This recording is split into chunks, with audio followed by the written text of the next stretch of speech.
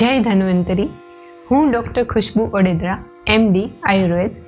તમે બધાએ આપણા વડીલોને કહેતા સાંભળ્યા હશે કે આયુર્વેદ રોગોને જડમૂળમાંથી દૂર કરે છે. તો આજે આપણે આ જડમૂળમાંથી રોગોને દૂર કરનાર આયુર્વેદના રહસ્યોને જાણીશું.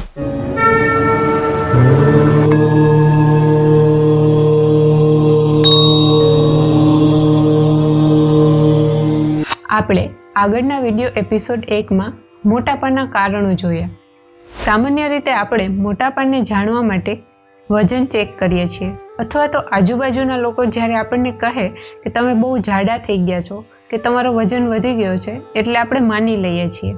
પરંતુ શું માત્ર વજન વધવું એ મોટાપા રોગને માની લેવા માટે પૂરતો છે? ના, આયુર્વેદ શાસ્ત્ર પ્રમાણે તેના કેટલાક લક્ષણો આપ્યા છે.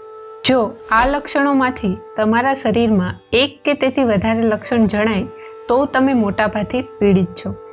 આચાર્યોએ સંહિતામાં મોટાપાના લક્ષણ આ પ્રમાણે દર્શાવ્યા છે.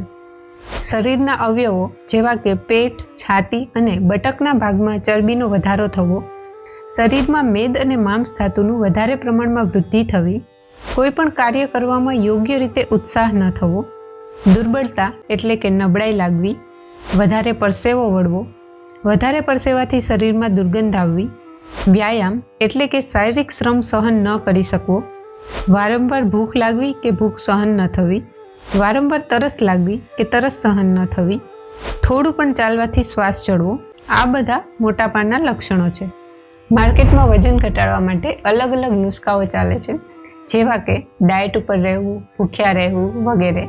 પરંતુ તમે જ વિચારો, જેની જઠરાગ્નિ આટલી તીવ્ર છે, જેને ભૂખ કે તરસ સહન નથી થતી, તેમાં તમે ખાલી પેટ કે ડાયટ ઉપર રહેશો તો શું થશે?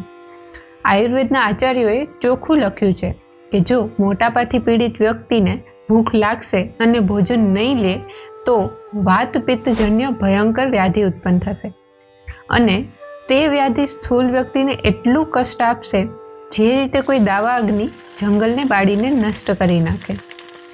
તો શું કરવું જોઈએ મોટાપો ઓછો કરવા માટે? કોઈ પણ રોગની ટ્રીટમેન્ટ આયુર્વેદના શાસ્ત્ર પ્રમાણે 3 રીતે કરી શકાય.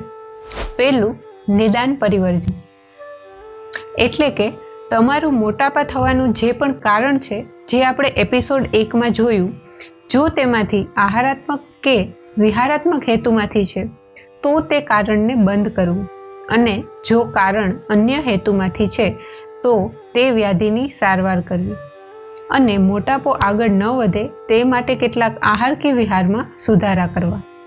બીજું, સંશોધન, એટલે કે શરીરના દોષોનું શોધન કરવું, જેમાં પંચકર્મ ચિકિત્સા વડે તમારા શરીરના દોષોને બહાર કાઢવામાં આવે છે.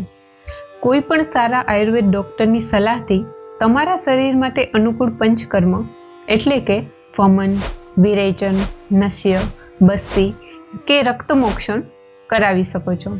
દોષો શરીરમાંથી નીકળી જવાથી રોગ જડમૂળમાંથી દૂર થાય છે. ત્રીજું, સમશમન, એટલે કે ઔષધ, આહાર અને વિહારથી દોષોને શાંત કરવા, જેમાં તમે આહાર વિહારના બદલાવ કરીને કઈ રીતે વજન ઓછો કરી શકો તે આપણે જાણીશું. આયુર્વેદમાં આહારને મહા ઔષધ કીધેલ છે, એટલે જો તમે યોગ્ય આહાર લેશો તો વ્યાધિ ઉત્પન્ન જ નહીં થાય, અને કોઈ વ્યાધિમાં તમારા શરીર માટે હિતકારી આહાર લેશો તો તે સૌથી શ્રેષ્ઠ ઔષધ છે.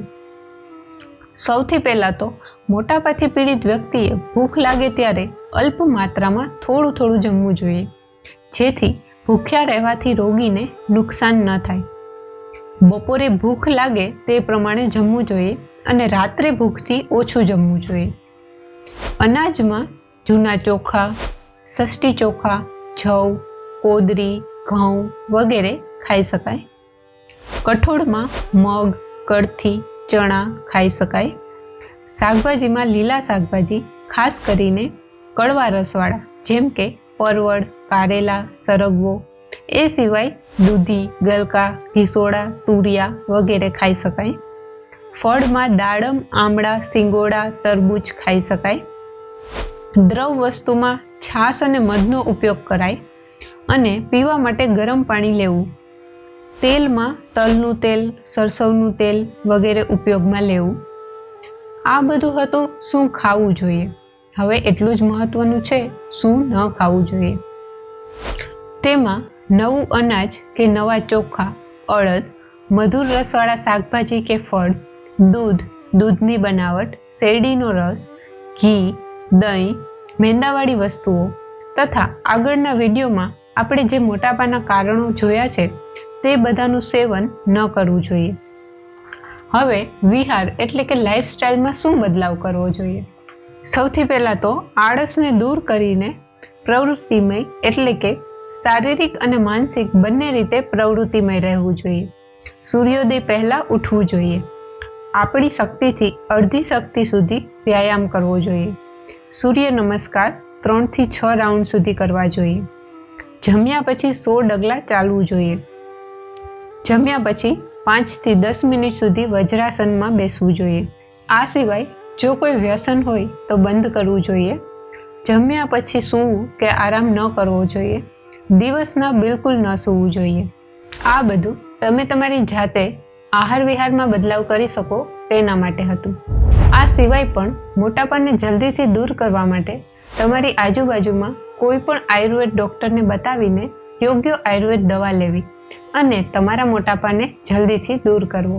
જો તમને કોઈ પણ પ્રશ્ન હોય તો કમેન્ટ કરીને અથવા તો ફેસબુક કે ઇન્સ્ટાગ્રામમાં મેસેજ કરી શકો છો. તો આવી જ રીતે આયુર્વેદના રહસ્યોને જાણવા માટે અને તેને આપણી જિંદગીમાં આસાનીથી કઈ રીતે ઉતારી શકાય તે માટે આ ચેનલને ફોલો કે સબસ્ક્રાઇબ અવશ્ય કરો અને આ વિડીયોને તમારા મિત્રો, સગા સંબંધીઓ કે વડીલોને શેર કરો જેથી તેને પણ ફાયદો થઈ શકે. ચલો તો મળ્યા આગળના વિડીયોમાં. જય ધન્વંતરી.